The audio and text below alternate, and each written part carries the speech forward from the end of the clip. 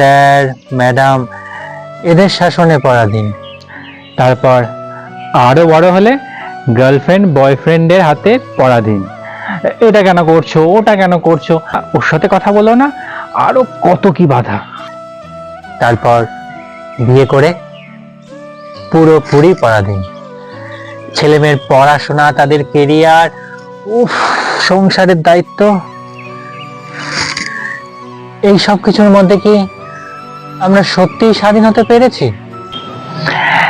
একটা কথা কি জানিস, আমরা এই পরাধীন থাকাটা না নিজে থেকেই বেছে নিয়েছি। এইগুলো বাদ দিয়েও আমরা স্বাধীন থাকতে পারতাম, কিন্তু সেটা আমাদের বেশি দিন ভালো লাগতো না। হ্যাঁ, স্বাধীনভাবে জীবনযাপনটা নিতান্তই একাকিত্বভাবেই করতে হয়। আর বেশিরভাগ জনাই এই